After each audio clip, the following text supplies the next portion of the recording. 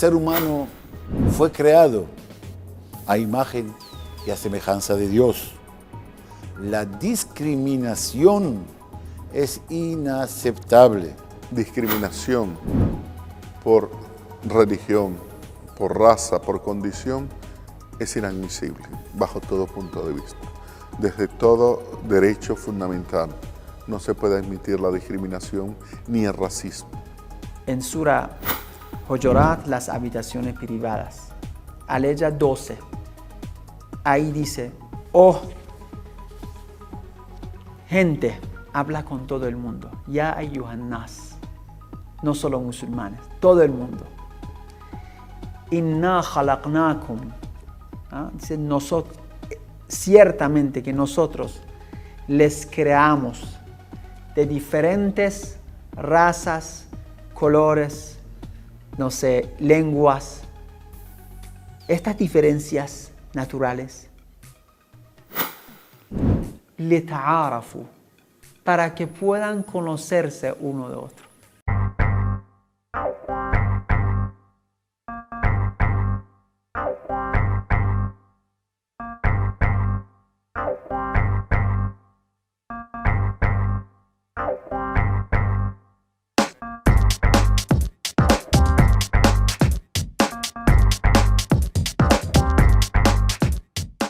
Pocos pueden comprender tan bien como los judíos lo que significa ser discriminado. El tratado del Talmud dice lo siguiente: ¿por qué Dios creó a un solo hombre, Adán?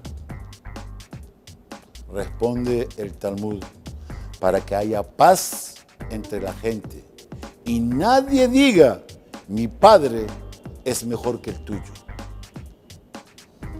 Judaísmo predica igualdad, respeto.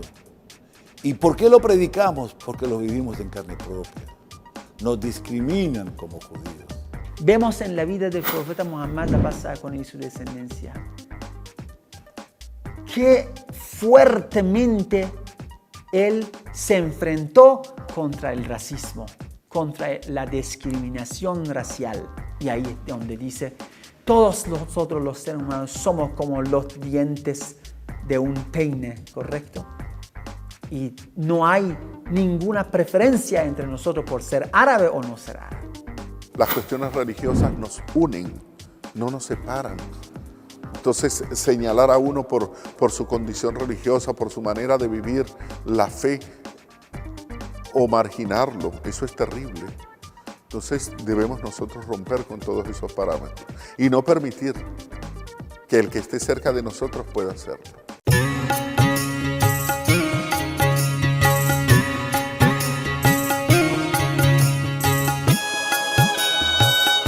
¿Cuál es el criterio para, digamos, preferir a uno entre los demás ante Dios? ¿Cuál es?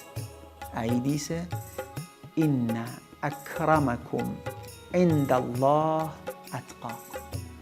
Ciertamente, el más apreciado, más querido, no sé qué mejor palabra puedo poner ahí, ante Dios es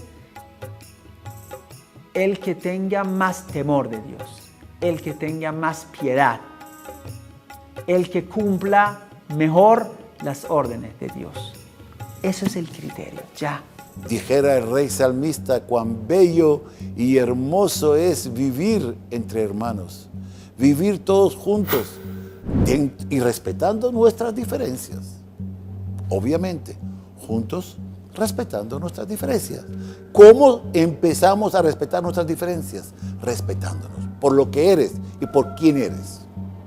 Eso es fundamental, eso es ético. Yo creo que es la esencia de la ética.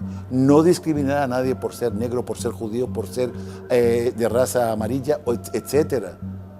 Entonces, nosotros sabemos en carne propia, lo hemos vivido esa discriminación.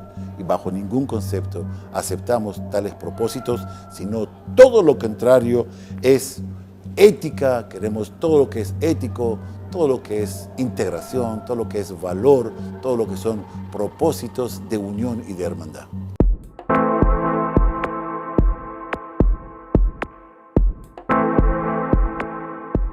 Partimos del principio del somos hijos e hijas de Dios.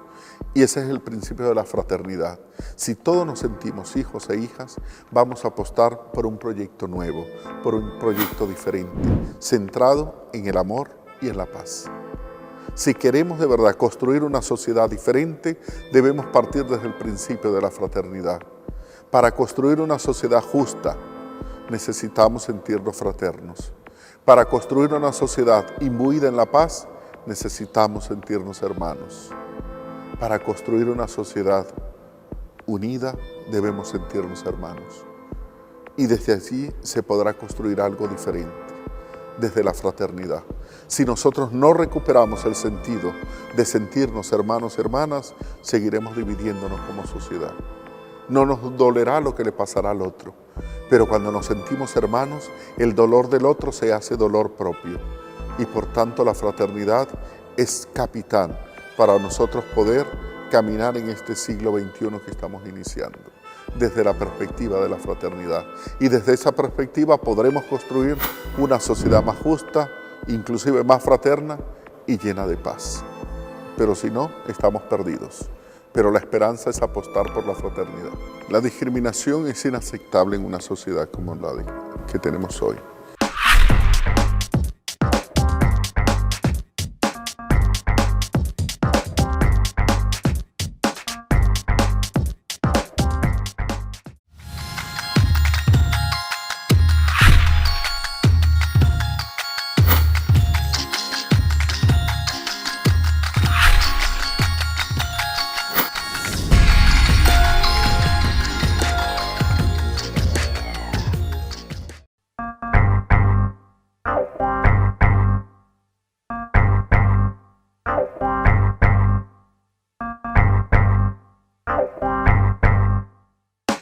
No se puede admitir la discriminación ni el racismo, porque eso muestra el tipo de sociedad en la cual vivimos. Una sociedad racista, exclusivista, es una sociedad que está mirando fuera de los focos de la historia y es una sociedad condenada al atraso y a los actos de perversidad, y no se puede tolerar bajo ningún aspecto el racismo, la discriminación o la xenofobia, bajo ningún aspecto. Y nosotros no podemos apoyar ni en sueño similar afirmación. Al contrario, luchar por la integración, luchar por el respeto, luchar porque todo el mundo conviva en paz y en armonía y en hermandad.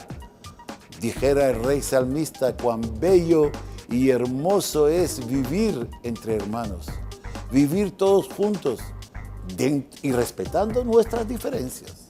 Imagínense, si todo el mundo tenía el color blanco, todo el mundo tenía los ojos como los hermanos chinos, si todo el mundo tenía un tipo de belleza igual, y si todo el mundo hablaban de un mismo idioma, ¿qué ocurría? No se podía vivir. Entonces, todas estas diferencias son para para como poder pasar la vida, para tener la vida correcta y normal.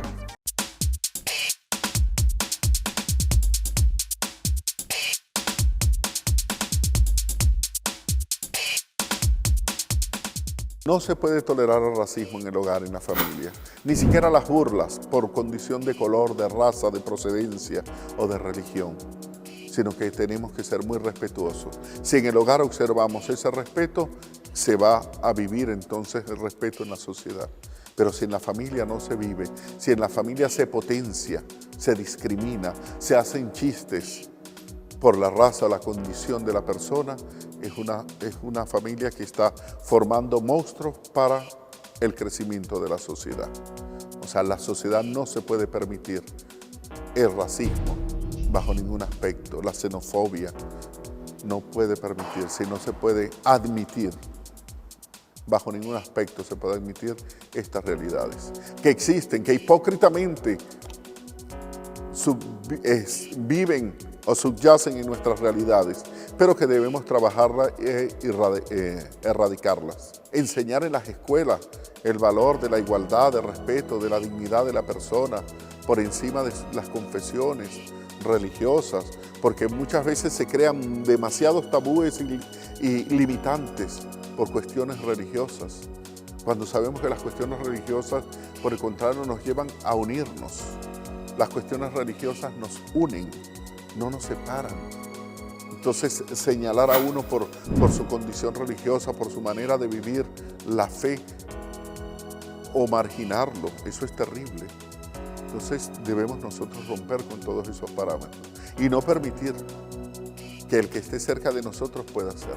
Que desde la colonia se implanta, ¿verdad?, ese racismo. Entonces, los negros y los blancos. Entonces, la superioridad de unos y la inferioridad de otros. Eso fue durante 300 años y fue terrible, espantoso.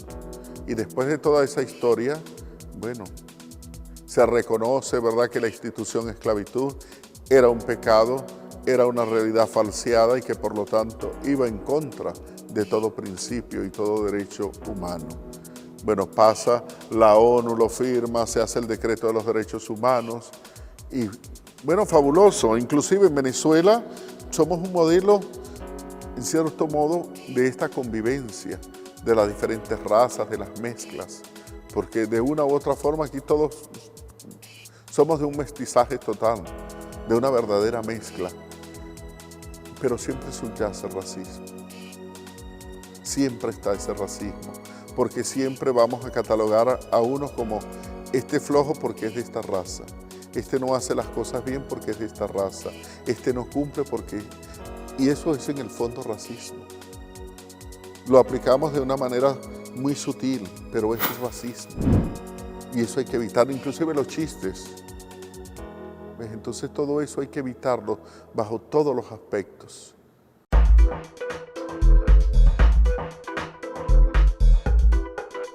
En el Islam tenemos una llamada para que la gente venga a la oración colectiva.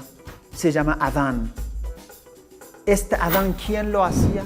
¿Acaso lo hacía uno de los más, digamos, importantes compañeros del profeta? No, lo hacía un hombre esclavo, negro, africano. Disculpe que estoy diciendo eso, porque así se veía en aquella época.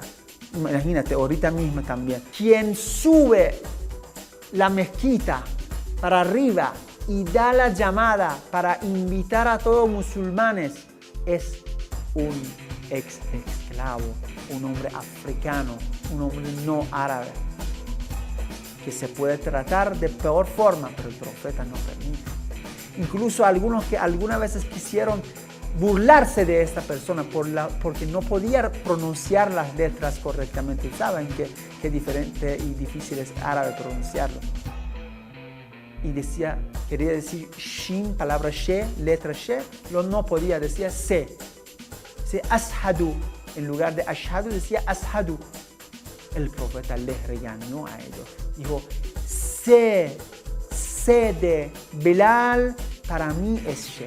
Y tenemos en la narración que ante Dios el día de juicio final, Bilal es uno de quienes es más elevado, tiene más elevada posición que muchos musulmanes. Eso es lo que es el punto de vista islámico.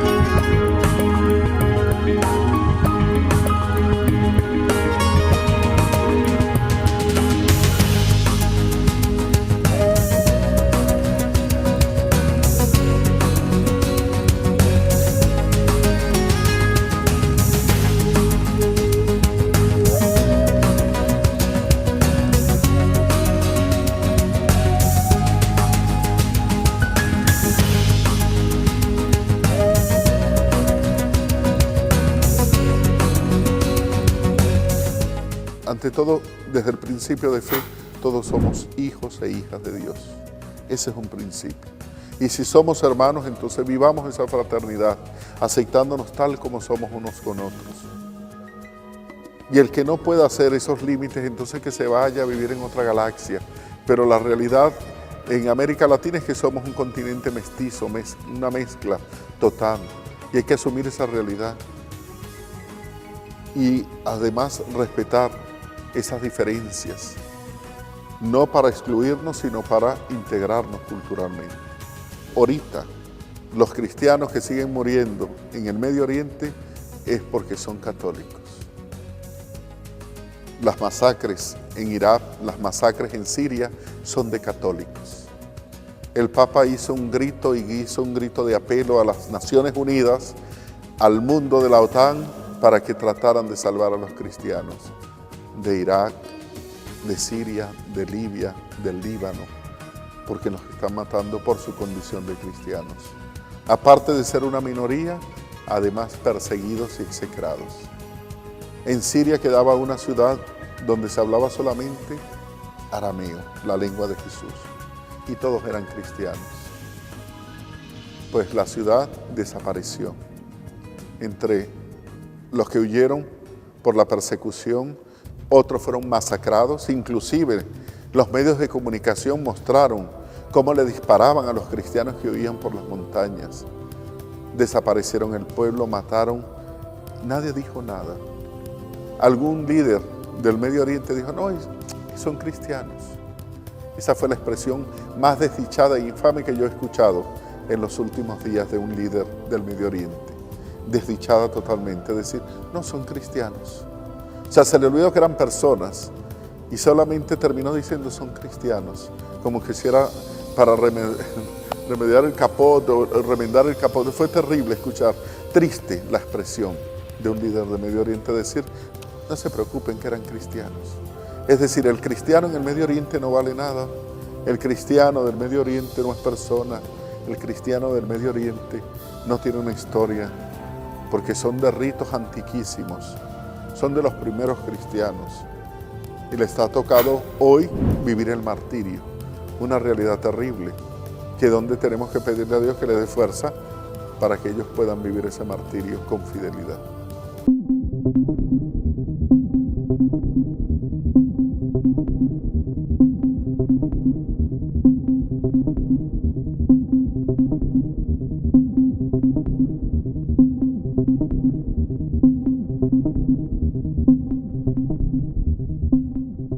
Ocurrieron casos. Un día viene Salmán, que era un hombre persa, en una reunión donde está el profeta y algunos árabes. El profeta lo pone para que se siente al lado del profeta. Bueno, no sé aquí cómo es la cultura, pero ahí es de esa forma que los más cercanos creo que aquí también, al jefe, a la persona principal es más importante. El profeta dejó que Salmán se sienta al lado de él. Pasa un momento, llega un árabe. Al ver a un persa que se llama en árabe Ayam, uno que no es árabe se llama Ayam. Al ver a Salmán, se molesta y tiene tanta molestia por su egoísmo, por la arrogancia racial, que ni tiene la vergüenza ante el profeta y empieza a quejarse. Dice, ¿quién es este no árabe Ayam que como que se ha pegado a nosotros, algo así, como una mala expresión? El profeta se molesta. ¿Quién? Un hombre que tanto que le molestaron los judíos, los,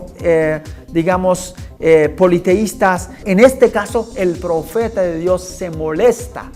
Dice, la narración dice que se cambió la cara a rojo, como que quieren salir los ojos. Subió de una vez a un lugar elevado que se llama Membar, y empezó a dar una palabra contra esta, discriminación. Si nosotros no recuperamos el sentido de sentirnos hermanos y hermanas, seguiremos dividiéndonos como sociedad. No nos dolerá lo que le pasará al otro, pero cuando nos sentimos hermanos, el dolor del otro se hace dolor propio. Y por tanto la fraternidad es capital para nosotros poder caminar en este siglo XXI que estamos iniciando. No hay discriminación, pero la preferencia es por cómo obedecer a Dios.